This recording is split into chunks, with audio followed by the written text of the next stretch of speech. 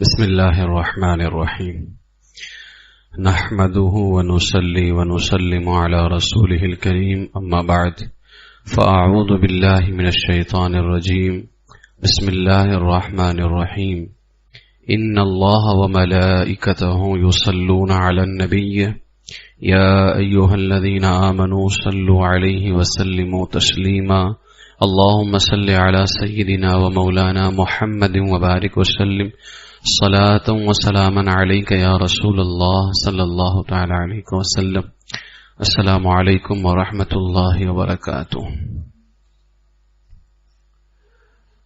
اللہ تبارک و تعالی نے ہمیں اور آپ سب کو زندگی عطا فرمائی ہے اور زندگی کا مقصد بھی بیان کیا ہے، اور ہم حالت سفر میں ہیں۔ ایک دن ہمیں اس سفر کو پورا کر کے اپنے رب کی بارگاہ میں حاضر ہونا ہے۔ انسان کی زندگی جب مکمل ہو جاتی ہے تو اس پر نزع کی کیفیت طاری ہوتی ہے۔ یہ نزع کس کو کہتے ہیں؟ نزع کے لغوی معنی ہے کھینچنا، اور یہاں مراد ہے روح کا جسم سے نکلنا۔ اسی کو جان نکلنا اور موت آنا بھی کہتے ہیں۔ اعلی حضرت فرماتے ہیں یا الہی بھول جاؤں نزع کی تکلیف کو، شاد یہ دیدار حسن مصطفیٰ کا ساتھ ہو۔ جو اس دنیا میں پیدا ہوا اسے ایک نہ ایک دن ضرور مرنا پڑے گا، اسی طرح ہمیں بھی مرنا ہے اور اس کے بعد کے جو مراحل ہیں اس سے گزرنا پڑے گا۔ یاد رکھیے ہماری زندگی کے اندر گزرنے والا ایک ایک لمحہ ہمیں موت سے قریب کر رہا ہے، لیکن افسوس یہ ہے کہ ہم اپنی موت کو بھلائے نہ جانے کون سے کل کا انتظار کر رہے ہیں کہ جس میں ہم توبہ اور نیک اعمال کریں گے۔ سیدنا منصور بن عمار رحمۃ اللہ تعالی علیہ نے ایک نوجوان کو نصیحت کرتے ہوئے فرمایا، اے نوجوان تجھے تیری جوانی دھوکے میں نہ ڈالے۔ کتنے ہی نوجوان ایسے تھے جنہوں نے توبہ میں تاخیر کی، لمبی لمبی امیدیں باندھ لیں، موت کو بھلا کر یہ کہتے رہے کہ کل توبہ کر لیں گے، پرسوں توبہ کر لیں گے، یہاں تک کہ اسی غفلت کی حالت میں انہیں موت آ گئی اور وہ اندھیری قبر میں جا پڑے۔ ہم کل کا انتظار کر رہے ہیں لیکن کل آنے والا ہمیں موت سے قریب کر رہا ہے۔ کل جب آ جاتا ہے تو ہم پرسوں کا انتظار کرتے ہیں، یہ نہیں پتا کہ پرسوں ہمیں موت سے قریب کر رہا ہے۔ یہ بھی تو ہو سکتا ہے کہ کل ہی ہماری موت ہو جائے، یہ بھی تو ہو سکتا ہے کہ پرسوں ہی ہماری موت ہو جائے۔ تو زندگی کے اندر ہر آنے والا لمحہ ہمیں موت سے قریب کر رہا ہے۔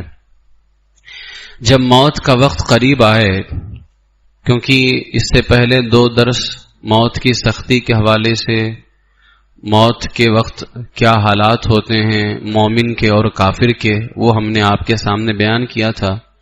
آج انتقال کے وقت ہمیں مرنے والے کے ساتھ کیا کرنا چاہیے اور اس کے بعد اس کے ساتھ ہمیں کیسا سلوک کرنا چاہیے، کچھ ضروری باتیں آپ تک میں پہنچاؤں گا۔ اس کے بعد انشاءاللہ تعالی پھر ہمارا درس آخرت کی پہلی منزل یعنی قبر کے حوالے سے ہوگی۔ جب موت کا وقت قریب آئے اور موت کی علامتیں پائی جائیں، ہم نے آپ کو بتایا تھا کہ موت کی علامتیں کیا ہیں۔ رسول پاک علیہ الصلوۃ والسلام نے ارشاد فرمایا کہ پیشانی پر پسینہ آئے، آنکھوں میں آنسو آ جائیں اور نتنے پھول جائیں، پھیل جائیں، یعنی تو یہ مومن کی موت کی علامت ہے۔ ٹھیک ہے، تو جب موت کا وقت قریب آ جائے اور علامتیں پائی جائیں تو سنت یہ ہے کہ مرنے والے کو داہنی کروٹ پر لٹا کر قبلہ کی طرف منہ کر دے، یا یہ بھی جائز ہے کہ اس کو چت لٹائیں، یعنی منہ اوپر ہو پیٹھ نیچے ہو، اس کو کہتے ہیں چت لٹانا۔ چت لٹائیں اور اس طرح لٹائیں کہ قبلہ کو پاؤں کریں، جیسے یہ اس کا سر ہے، یہ پاؤں ہے. اب قبلہ ادھر ہے تو پاؤں ادھر رہے، لیکن جب اس صورت میں لٹائیں اس کو تو سر کو تھوڑا سا اونچا کر دیں، یعنی اس کے سر کے نیچے کچھ رکھ دیں، تو جب سر اونچا ہو جائے گا تو اس کا منہ قبلے کی طرف ہو جائے گا. یعنی اس صورت میں اگر کھڑا ہوتا تو قبلے کی طرف ہی منہ رہتا. تو یا تو اس طرح سے لٹائیں داہنے کروٹ پر کہ قبلہ کی طرف منہ ہو جائے، یا اگر چت لٹائیں تو پاؤں قبلہ کی طرف رہے لیکن اس کے سر کے نیچے کوئی چیز رکھ دیں تاکہ سر اس کا اونچا ہو جائے. یہ مرنے والے کو اس طرح سے لٹانا چاہیے. اگر منہ قبلہ کی طرف کرنا دشوار ہو تو فرمایا گیا کہ اگر اس کو تکلیف ہوتی ہے منہ قبلہ کی طرف کرنے میں، کوئی طریقہ نہیں بن پا رہا ہے، گھر چھوٹے ہیں یا کوئی اور معاملات ہیں، تو جس حالت پر ہے اسی حالت پر چھوڑ دیا جائے اس کو. سیدنا سلمان فارسی رضی اللہ تعالیٰ نے فرمایا کہ اس طرح سے جو ہے مرنے والے کے ساتھ ہمیں سلوک کرنا چاہیے، یہ سب سے پہلا. اور مرنے والے کے جو قریب ہوں انہیں چاہیے کہ اسے کلمہ کی تلقین کریں، سنت ہے. میرے آقا علیہ الصلوۃ والسلام نے فرمایا اپنے مرنے والوں کو کلمہ طیبہ لا الہ الا اللہ کی تلقین کرو. تلقین کہتے ہیں کہ اس کے سامنے کلمہ طیبہ پڑھتے رہیں اور جب تک روح گلے کو نہ آئے اسے تلقین کریں، یعنی بلند آواز سے پڑھیں. اشہد ان لا الہ الا اللہ واشہد ان محمد رسول اللہ، اشہد ان لا الہ الا اللہ واشہد ان محمد رسول اللہ. اس کو کہنے کا حکم نہ دیں بلکہ آپ خود پڑھتے رہیے. اتنی زور سے نہ پڑھیں کہ مردے کو تکلیف ہو، اتنا آہستہ نہ پڑھیں کہ اسے سنائی نہ دے. درمیانی آواز کے اندر آپ پڑھیں تاکہ اس تک آواز بھی پہنچتی رہے اور تمہاری آواز سے اس کو تکلیف بھی نہ ہو. کلمہ طیبہ کلمہ شہادت پڑھتے رہیں. جب مردہ پڑھ لے تو آپ پڑھنا بند کر دیں. ہاں اگر مردے نے کلمہ پڑھنے کے بعد کوئی بات کی، کسی کو بلایا یا کسی سے کچھ بات چیت کی، ابھی زندہ ہے کسی سے اس نے بات کر لی، تو اب دوبارہ پھر اس کو کلمے کی تلقین کریں، پھر کلمہ پڑھنا شروع کر دیں. یعنی اس مرنے والے کا آخری کلام ہونا چاہیے لا الہ الا اللہ محمد رسول اللہ صلی اللہ علیہ وسلم، یا اشہد ان لا الہ الا اللہ واشہد ان محمد رسول اللہ. اگر مردے نے پڑھ لیا، خاموش ہو گیا، پھر روح نکل گئی، تو آخری کلام کلمہ طیبہ یا کلمہ شہادت. لیکن اگر پڑھنے کے بعد اس نے دوبارہ پھر کسی سے بات کر لی تو اب دوبارہ پھر آپ کلمہ پڑھنے لگ جائیے، پھر پڑھ لے پھر رک جائیے. اگر پڑھنے کے بعد پھر دوبارہ کسی سے بات کیا تو پھر آپ پڑھنے لگ جائیے. اس طرح سے ہمیں تلقین کرنا ہے. اس لیے کہ میرے آقا علیہ السلام فرماتے ہیں جس کا آخری کلام لا الہ الا اللہ ہو وہ جنت میں داخل ہوگا. اس لیے اس کا آخری کلام کوشش کریں کہ لا الہ الا اللہ محمد رسول اللہ صلی اللہ علیہ وسلم. نزا کا جو معاملہ ہوتا ہے وہ بڑا ہی نازک ہوتا ہے. ایک طرف موت کی سختیاں، دوسری طرف ایمان چھیننے کے لیے شیطان کے بھرپور حملے ہوتے ہیں. بہت نازک معاملہ ہوتا ہے. میرے آقا علیہ الصلوۃ والسلام کے حوالے سے آتا ہے، فرمان مصطفیٰ صلی اللہ تعالی علیہ وسلم موجود ہے. امام ابن الحجاج نے مدخل کے اندر اس کو لکھا ہے کہ نزع کے وقت دو شیطان آدمی کے یعنی مرنے والے کے دونوں پہلو آ کر کے بیٹھتے ہیں، ایک طرف دوسرا دوسری طرف. ایک اس کے باپ کی شکل میں، دوسرا ماں کی شکل میں. ایک شیطان کہتا ہے اے مرنے والے فلاں شخص یہودی ہو کر کے مرا، تو بھی یہودی ہو جا کیونکہ یہودی مرنے کے بعد بڑے آرام سے ہیں. دوسرا کہتا ہے اے مرنے والے فلاں نصرانی ہو کر کے گیا، تو بھی نصرانی ہو جا، عیسائی ہو جا کیونکہ عیسائی مرنے کے بعد بڑے آرام سے ہیں. جب وہ سنتا ہے، اس لیے کہ اس وقت وہ تکلیف میں ہوتا ہے، جب وہ یہ سنتا ہے کہ فلاں کو آرام ملا، وہ نصرانی تھے، وہ یہودی تھے، خدا نہ کرے اللہ نہ کرے وہ یہ کہہ دے کہ میں یہودی ہوں، وہ یہ کہہ دے کہ میں عیسائی ہوں، تو بتاؤ اس کا خاتمہ کس پر ہو رہا ہے. اس لیے نزع کا جو معاملہ ہوتا ہے یہ بڑا ہی نازک ہوتا ہے. کلمہ طیبہ کی تلقین کرتے رہیں اور ہو سکے تو اللہ اکبر اللہ اکبر اذان کوئی سائیڈ میں بیٹھ کر کے اذان وہاں پاس میں نہیں مردے کے بلکہ کوئی سائیڈ میں بیٹھ کر کے اذان کے کلمات پڑھتا رہے. اس لیے کہ اذان جہاں دی جاتی ہے وہاں شیطان نہیں ہوتا ہے. تو اپنے مردے کو جتنا ہو سکے شیطان سے بچاؤ. اس لیے کہ شیطان اس وقت بھرپور کوشش کرتا ہے ایمان چھیننے کی. وہ ایک تو موت کی سختی, دوسرا ایمان چھیننے کا مسئلہ. تو نزع کا جو معاملہ ہوتا ہے بڑا ہی نازک ہوتا ہے. اس لیے کلمہ طیبہ کی تلقین کرتے رہیں اور اذان جو ہے کوئی دور بیٹھ کر کے اذان کے کلمات آہستہ آہستہ دہراتا رہے تاکہ وہاں مردے کے پاس شیطان ہرگز نہ آنے پائے. یہ جو نزع کے وقت میں کلمہ طیبہ کی تلقین ہے اس کے بارے میں مفتی احمد یار خان فرماتے ہیں یہ کلمہ طیبہ کی تلقین یہ حکم استحبابی ہے, مستحب ہے. کرو گے تو بہتر ہے, نہیں اگر کسی نے کیا تو گنہگار بھی نہیں ہوگا. تو خیال رہے کہ مومن جب موت کے وقت میں ہوتا ہے تو اس کے پاس میں ہمیں کلمہ طیبہ کی تلقین کرنی چاہیے. ٹھیک ہے, تلقین کرنے والا نیک شخص ہو, ایسا نہ ہو کہ تلقین کرنے والا ایسا بندہ ہے جو اس کے مرنے کی خواہش رکھتا ہے نا. بہت سارے ہمارے گھریلو اب آج کل تو حالات ایسے ہیں کہ بیٹا چاہتا ہے کہ باپ جلدی مر جائے اس کی جائیداد مل جائے. حالات ایسے آ چکے ہیں ہمارے آج. تو تلقین کرنے والا نیک شخص ہو, تلقین کرنے والا پرہیزگار شخص ہو, اور وہاں سورہ یاسین شریف کی تلاوت ہو. خوشبو ہونا بہتر ہے, لوبان یا اگربتیاں سلگا دیں وہاں پر. مرنے والے کے پاس میں موت کے وقت حیض و نفاس والی عورتیں تو آ سکتی ہیں, مگر وہ عورتیں جن کا حیض و نفاس بند ہو چکا اور ابھی غسل نہیں کیا ہے, یا وہ مرد جن پر غسل فرض ہے انہیں نہیں آنا چاہیے. یعنی وہ عورتیں تو آ سکتی ہیں جو ابھی حالت حیض اور نفاس میں ہیں لیکن جن کا بند ہو چکا اب ان پہ غسل فرض ہے, یا اسی طرح وہ مرد جن پر غسل فرض ہے تو وہ بھی مردے کے پاس نہیں آ سکتے.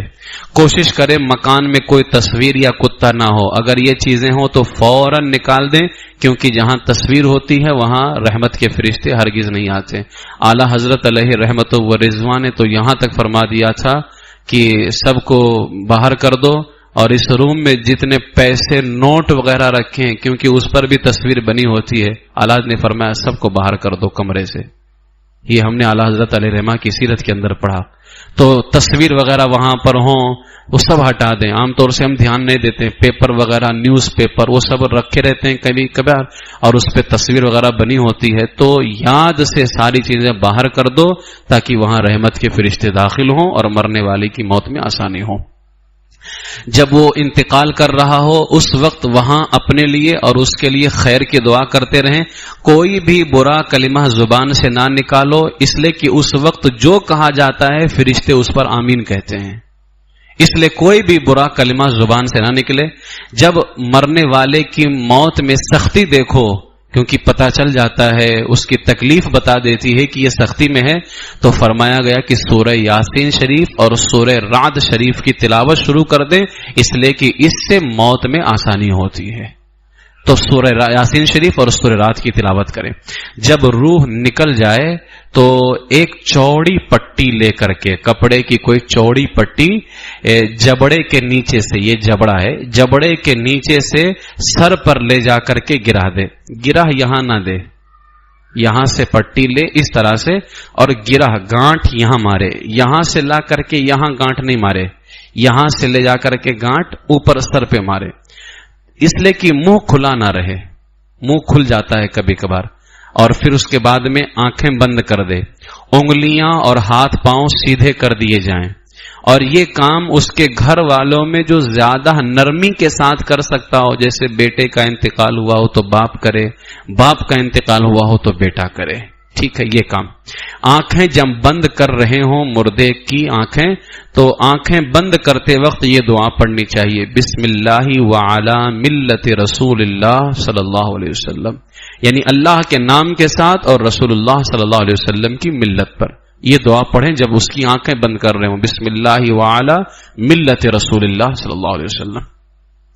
یہ دعا بھی پڑھ لیجئے, اللہم یسر علیہ امرہ وسهل عليه ما بعده واسعده بلقائك وجعل ما خرج الیہ خیرا مما خرج عنہ.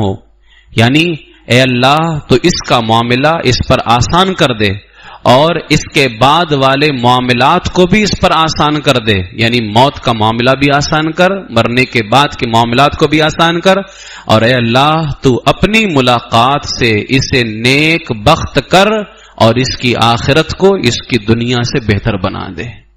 یہ دعا اس وقت پڑھنی چاہیے. اس کے بعد کیا کریں؟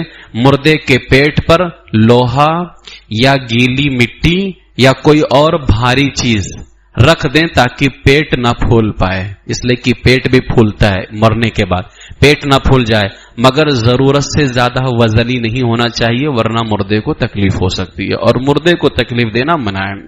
میت کے پاس جب وہ انتقال کر جائے تو تلاوت قرآن کر سکتے ہیں، لیکن کب؟ جبکہ مردے کے تمام بدن کپڑے سے چھپے ہوئے ہوں تو قرآن کی تلاوت کریں، ورنہ تسبیح یا کوئی ذکر و اذکار کرتے رہیں، اس میں کوئی حرج نہیں ہے.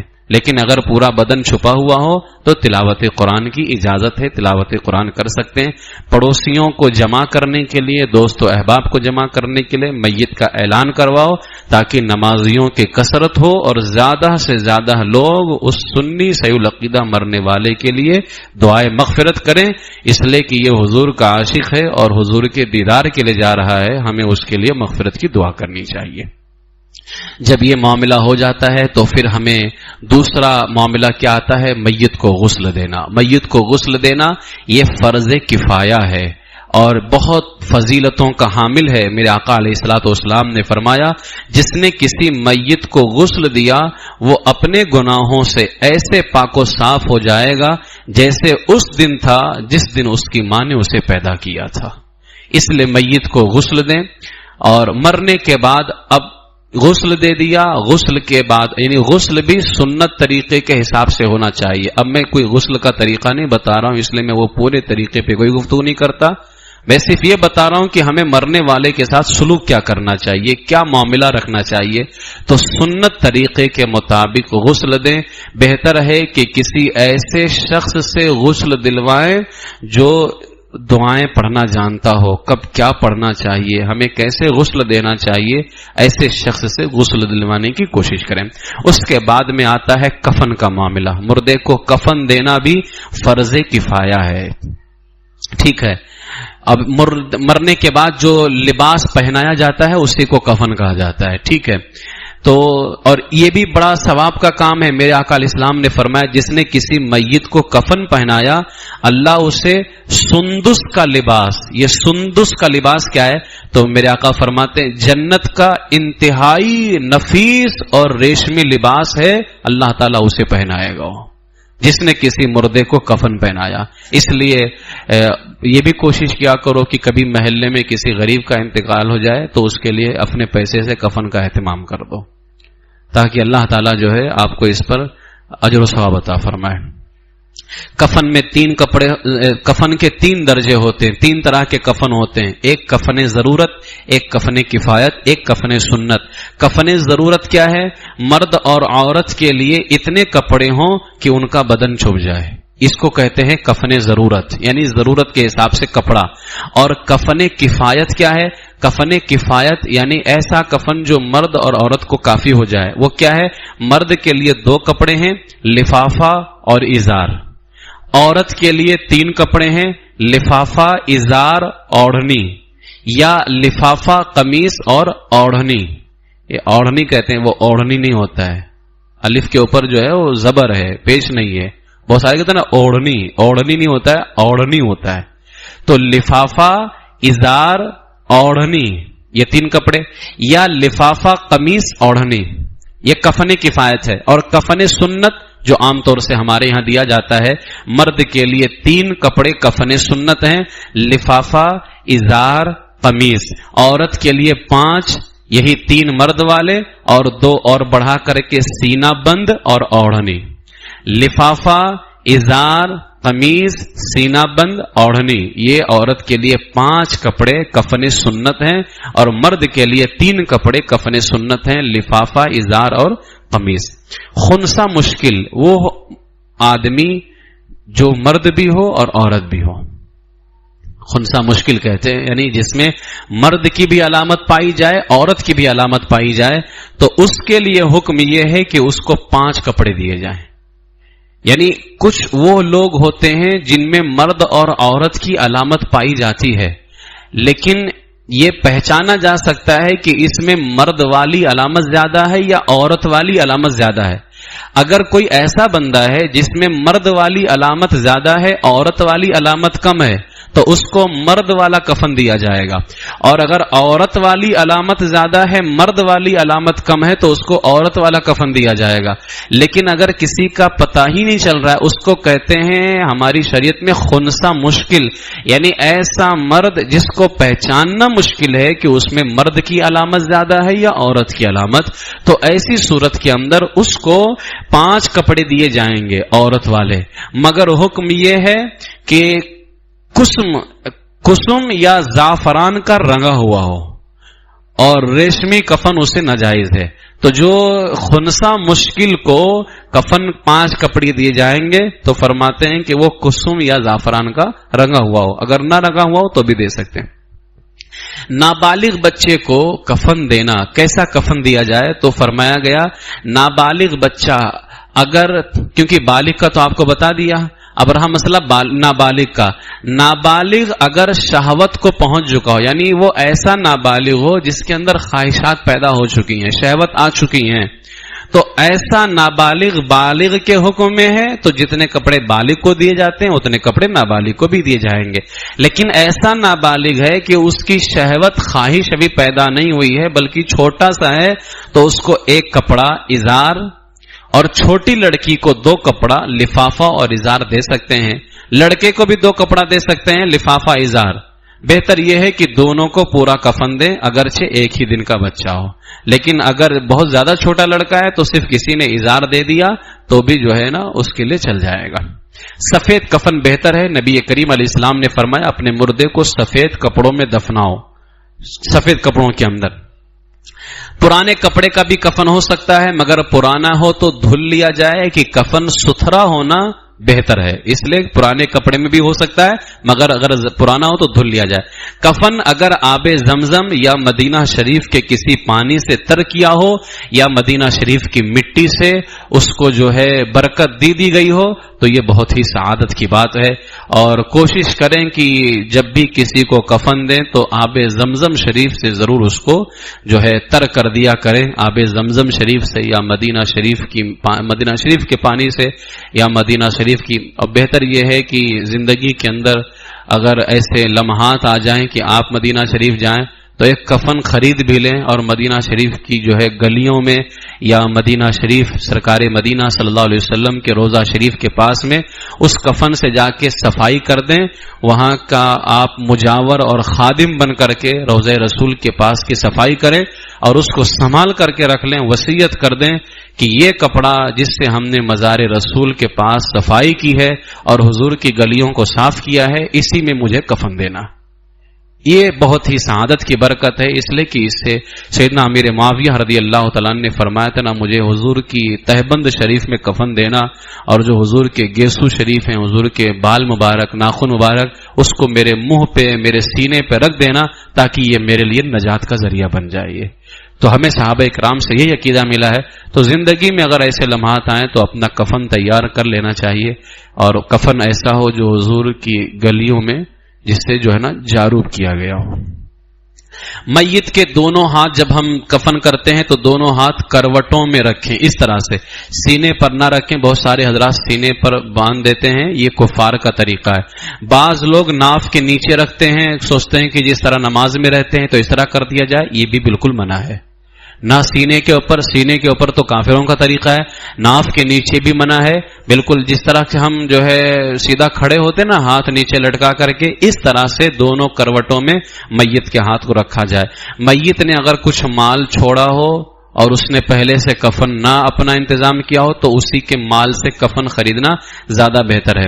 علماء اور مشائخ کو امامہ باندھ کر کے دفن کیا جا سکتا ہے. عام لوگوں کو یعنی عام میت کو امامے کے ساتھ دفن کرنا منع ہے، لیکن اگر کسی بندے نے وصیت کر دی کہ مجھے امامہ پہنا کر کے دفن کرنا تو اب اس کی وصیت پر عمل کیا جائے گا، لیکن اگر وصیت نہیں کیا تو علماء کے لیے بہتر ہے کہ انہیں امامہ پہنا کر کے دفن کیا جائے، اور عوام کے لیے امامے کے ساتھ دفن کرنا منع ہے جبکہ وصیت نہ کیا ہو، یاد رکھنا۔ اور اگر کسی شخص نے، ہمارے بھائی نے وصیت کر دی کہ مجھے امامہ پہنا کے دفن کرنا، تو اب اس کو امامہ پہنا کر کے دفن کیا جائے گا۔ جب آپ اس کو کفن پہنا رہے ہو نا غسل کے بعد میں، کفن میں چہرہ چھپانے سے پہلے کیا کریں، پیشانی پر کلمے کی انگلی سے بسم اللہ الرحمن الرحیم لکھیے۔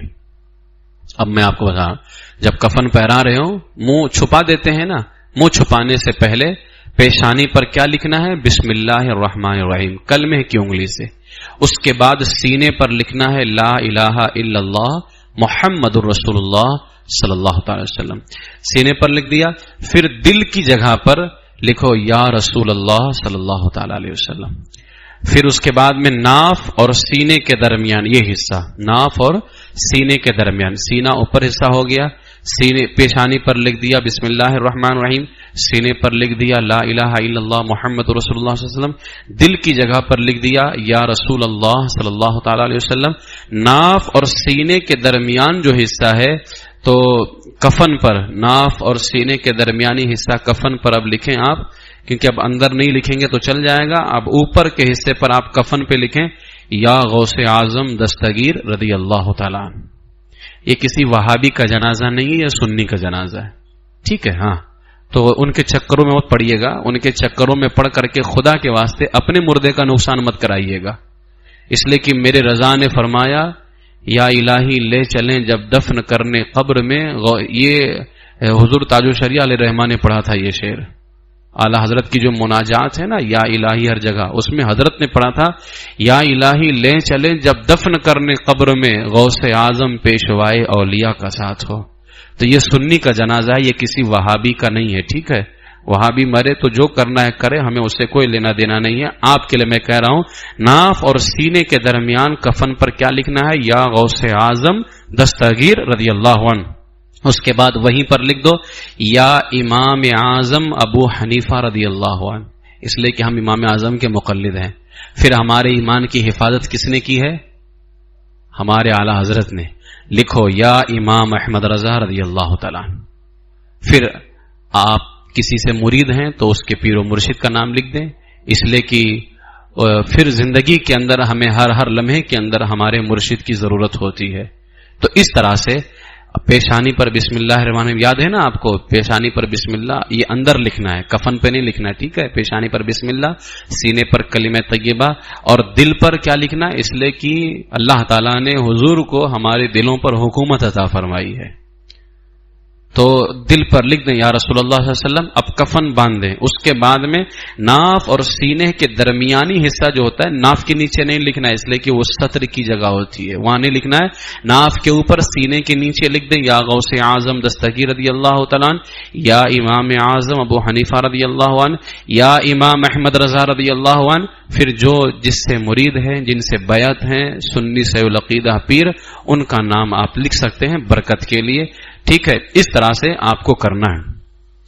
کفن کے لیے 3 بہترین تحفے جس کو سیدنا صدیق اکبر رضی اللہ تعالیٰ نے بیان فرمایا، سیدنا صدیق، اور اس کو اعلیٰ حضرت نے بھی فتاوی رضویہ شریف کے اندر بیان کیا۔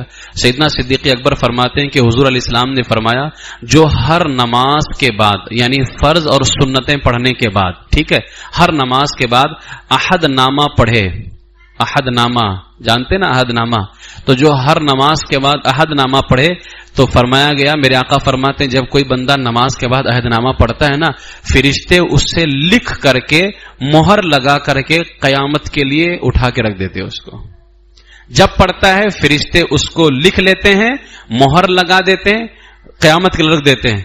جب اللہ تعالیٰ اس بندے کو قبر سے اٹھائے تو میرے آقا فرماتے ہیں فرشتہ جس نے اس عہد نامے کو لکھ کر کے مہر لگا کے رکھا تھا نا، جب اللہ قیامت کے دن اٹھائے گا تو میرے آقا فرماتے ہیں فرشتہ وہ لکھا ہوا عہد نامہ لے کر کے آئے گا اور ندا کرے گا عہد نامے والے کہاں ہیں، انہیں عہد نامہ دیا جائے، انہیں عہد نامہ دیا جائے۔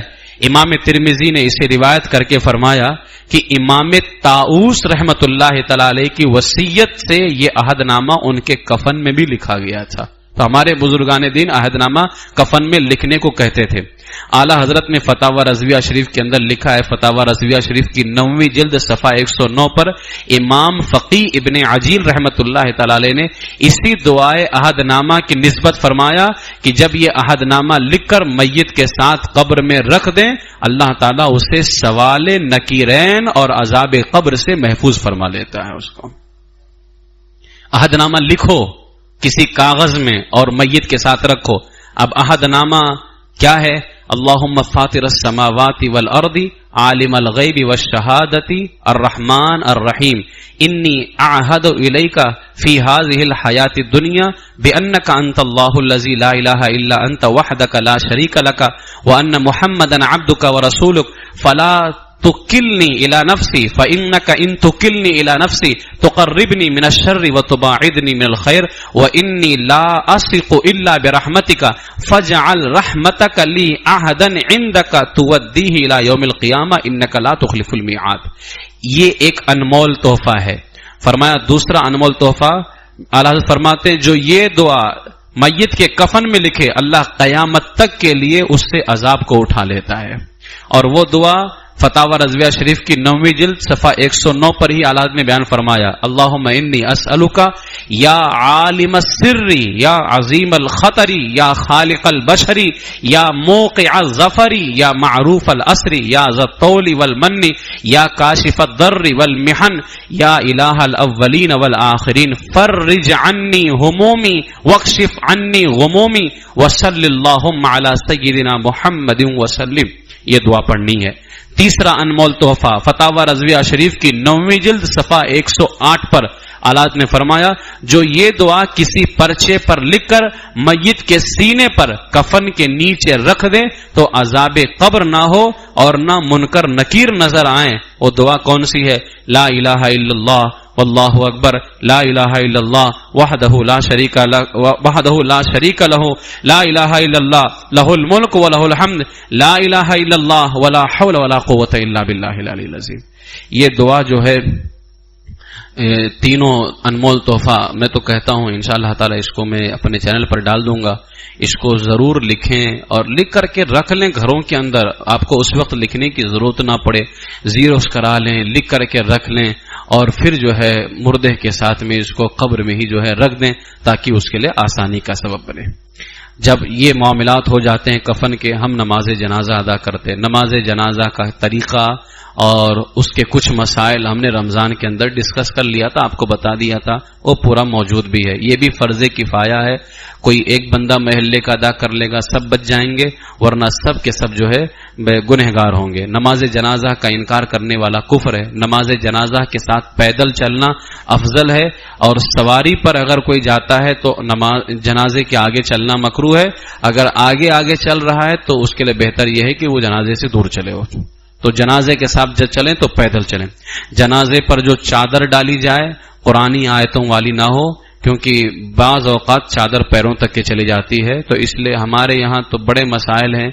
ہم جو ہے نارملی چادر رکھنا پسند نہیں کرتے ہم لوگ، جبکہ چادر جو ہے عام طور سے والدین کی قبروں پر یا یہاں وہاں یا مزارات وغیرہ پر بھی چادر ڈالی جائے تو وہ بغیر کچھ لکھی ہوئی چادر ہو، بغیر کچھ لکھی ہوئی چادر ہو تو زیادہ بہتر ہے اس کے اندر. اور جب جنازہ لے کر کے چلیں، اب میں آج آپ کو بتا دیتا ہوں، جس کو اللہ تعالیٰ توفیق دے وہ کر لے.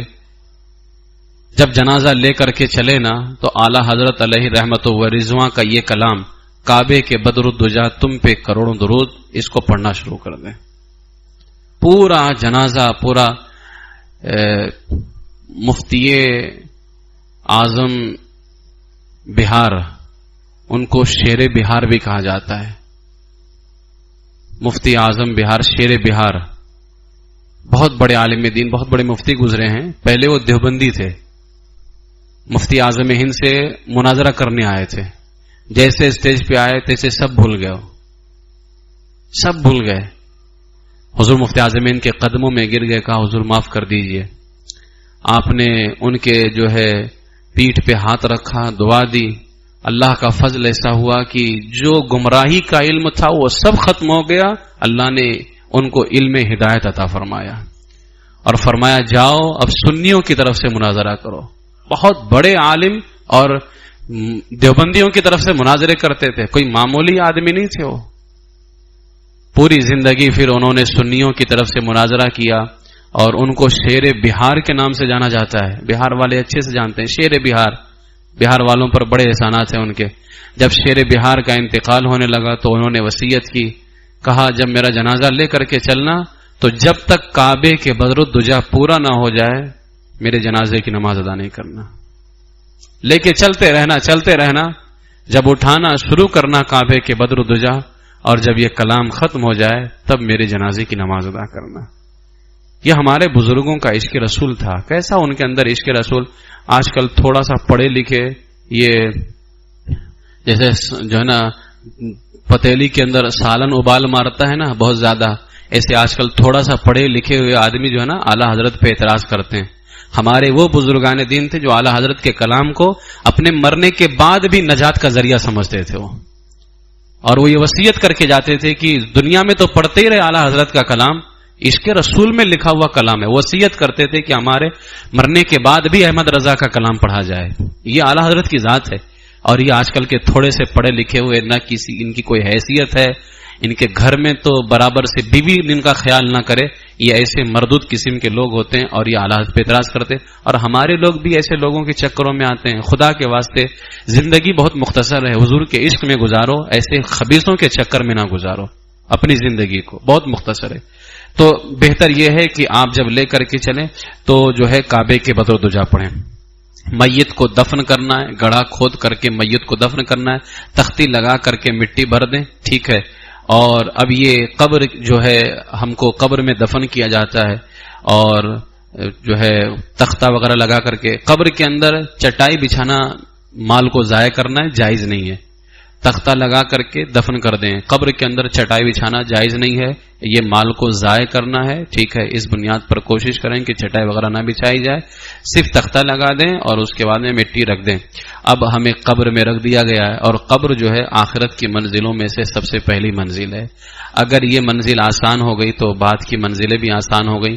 یہاں مشکل ہوئی تو آگے کے بھی بڑے معاملات ہمارے لیے ہیں. اور عقل مند آدمی وہی ہے جو اپنی موت کو یاد کرے, اپنی قبر کو یاد کرے. مرنا تو ہر ایک شخص کو ہے, ہمیں بھی مرنا ہے, آپ کو بھی مرنا ہے.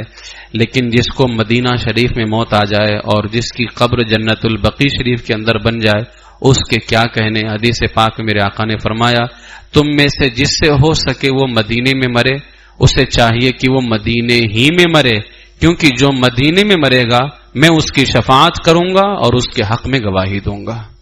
اس لیے میرے پیر و مرشد سرکار تاج الشریعہ علیہ رحمہ فرماتے ہیں موت لے کے آ جاتی زندگی مدینے میں, موت سے گلے مل کر زندگی سے مل جاتا.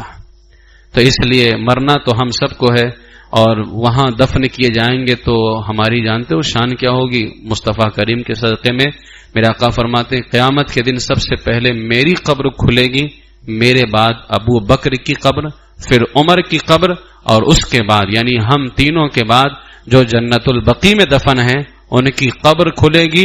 وہ اپنے قبروں سے نکلیں گے اور وہ میرے ساتھ ہوں گے. وہ وہاں مرنے کے تو اسی لیے اعلیٰ حضرت نے فرمایا نا طیبہ میں مر کے ٹھنڈے چلے جاؤ آنکھیں بند, سیدھی سڑک یہ شہر شفاعت نگر کی ہے. جانتے ہو کیوں کہا؟ اس لیے کہ وہ قبر حضور کے بالکل قدموں میں ہے. بتاؤ ہم جب تک وہاں رہیں گے حضور کے قدموں کا دیدار ہوتا رہے گا, اور جب قیامت کے دن اٹھیں گے تو ہم حضور کے ساتھ میں اٹھیں گے. اور جس کو حضور کا ساتھ نصیب ہو جائے تو پھر تو اس کی آخرت کامیاب ہے, اس کی آخرت سنور گئی ہے. اس لیے جو ہے مرنا تو ہم سب کو ہے. دعا کرو کہ اللہ تعالیٰ اس گنہگار کو بھی وہاں موت عطا فرمائے. کم و بیش 10,000 سے زیادہ صحابہ کی قبریں وہاں موجود ہیں, لیکن خبیث نجدیوں نے بلڈوزر چلائے. خیر اللہ تعالیٰ ان سے حساب تو اس کا لے گا, اور اس کا حساب ان کا یہی ہے کہ یہ جہنم میں جھونکے جائیں گے. یہ جنہوں نے ان صحابہ کی قبروں کے ساتھ یہ کیا, تم بھلے قبروں کے ساتھ کچھ بھی کیے, لیکن الحمدللہ ہم گنہگاروں کو آج بھی ان صحابہ کا فیض مل رہا ہے. اور آج بھی اس روشنی سے ہم مالا مال ہو رہے ہیں. 10,000 سے زیادہ صحابہ کی قبریں جہاں پر ہوں، اگر وہاں ہمیں دفن کر دیا جائے، ایک مومن جہاں دفن کیا جاتا ہے نا، سچا مومن، تو فرمایا گیا 40 قبروں تک اللہ تعالیٰ بخشش فرما دیتا ہے. اور جہاں 10,000 صحابہ ہوں، 10,000 صحابہ جہاں ہوں، تو آپ اندازہ لگاؤ کہ وہاں اگر ہم مر گئے اور دفن ہو گئے تو پھر تو ہمارے لیے جو ہے بالکل آسائش ہی ہے، راحت ہی راحت ہے، ہماری قبر بھی جنت بن جائے گی. اور پھر وہ جنت ہی ہے، وہ الگ سے کیا، دنیا میں 2 ہی قبر تو جنت ہیں پہلے ہی سے. جامع ان کا جنت البقیع اور جنت المعلی ہے. مکہ شریف کا جنت المعلی ہے، مدینہ شریف کا جنت البقیع ہے. اس لیے میرے عزیزو، یہ کچھ باتیں تھیں مرنے والے کے ساتھ ہمیں کیسا سلوک کرنا چاہیے. اور مرنا ہم سب کو ہے. دعا کرو کہ اللہ تعالیٰ مجھے بھی مدینہ شریف میں موت عطا فرمائے اور آپ سب کو اللہ تعالیٰ مدینہ شریف میں موت عطا فرمائے. انشاءاللہ تعالیٰ اس کے بعد جو ہمارا درس ہے وہ آخرت کی پہلی منزل یعنی قبر کے حوالے سے. اللہ تبارک و تعالیٰ ہم سب کو موت کی تیاری کی توفیق عطا فرمائے، ایمان پر زندہ رکھے، ایمان ہی پر خاتمہ بالخیر فرمائے. وآخر دعوایا ان الحمد للہ رب